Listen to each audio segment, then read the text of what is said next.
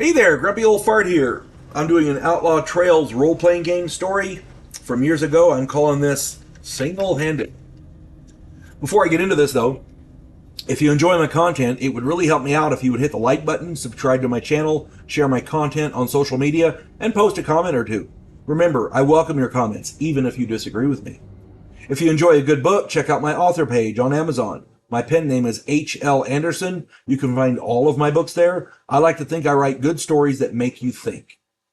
I wrote a 3-book science fiction western series called Drifters. I wrote a fun story about a house in New Orleans where the monsters all hang out. It's called The House Off Farrago Road.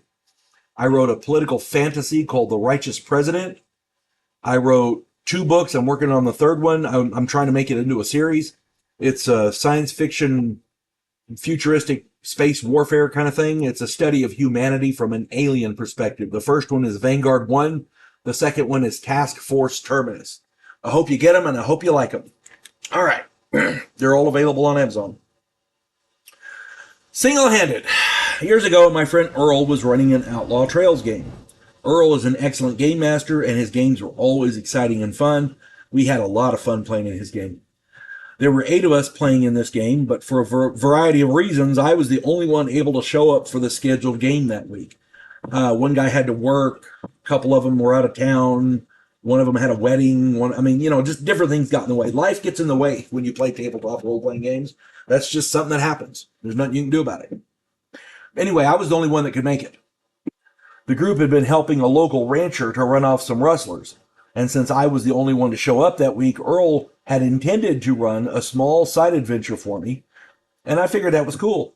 The problem was, when I was riding fences, I came across a section in Earl's game where the rustlers had broken through the fence, and he actually did not intend me to follow them. His intent, as I understand it, was for me to go back to town or go back to the ranch, get help, and then go.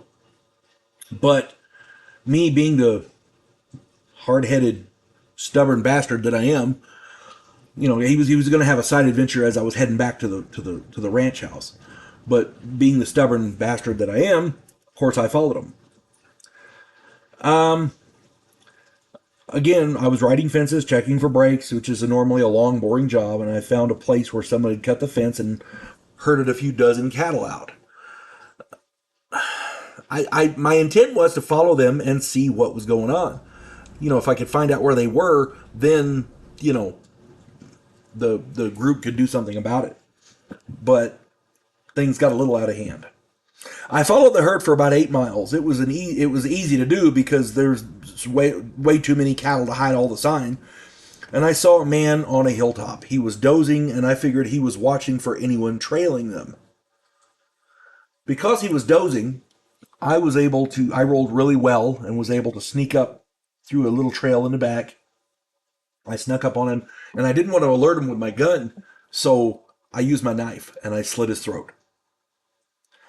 So he died, and I found out that he was one of the guys that we were tracking, so I still wanted to find out where the rustlers had taken the cattle, so I continued following. They'd made camp in a small ravine. They had one man on guard duty.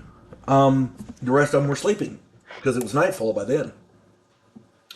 And there was a lot of shrubbery around, so I decided I could take this guy out, no problem. So I snuck in. I wanted to find out who was actually part of this rustling organization. So I snuck in, because we had a few names, we didn't have everybody. I snuck in through the bushes, and I snuck up on this guy, and I killed him too with my knife. I slit his throat. Very, very quietly. I was rolling really good, so, And that left 6 men sleeping in the camp. I quietly moved from one man to the other, getting a look at them, and while I was there, I said, screw it, and I started cupping their mouths and slitting their throats, stabbing the hell out of them, making sure they were dead. As luck would have it, I ran out of luck. One of the other men, I had killed 4 of them, so there was only 2 left. But as I finished that last guy off, one of the other guys woke up. I drew my pistol and shot him dead. The last man jumped me, and we fought. Yeah, that was my mistake. The gunshot in the night spooked the cattle, and they began stampeding. They were running around this little ravine, and the problem was the only way out of the ravine was through the camp, and these cattle were stampeding. As we wrestled on the ground, the cattle ran right over us and stomped us into jelly. Yeah. And I was doing so well, too. I almost had that whole gang done. That last guy, I had him. I was going to kill him. But we both got killed. The cattle ran us over and killed us both. Now, I don't mind losing a character. That's part and parcel of tabletop role-playing. And it's not like I didn't get it, go out with a bang doing it. It was a good deed and all that. But to get so close and to die right at the end, man, that was frustrating, that was not good. So I made up a new character for next week, and we ended it there. And the sad part was the wrestling stopped. So yay me, I guess. Earl pointed out to the rest of the group that I'd taken out the entire gang of wrestlers by myself. That made me feel a little bit better. And the rest of the group was like, okay, well, then what are we going to do now? And we ended up, as I recall, turning to bank robbery. So maybe I'll do that one next time. I don't know.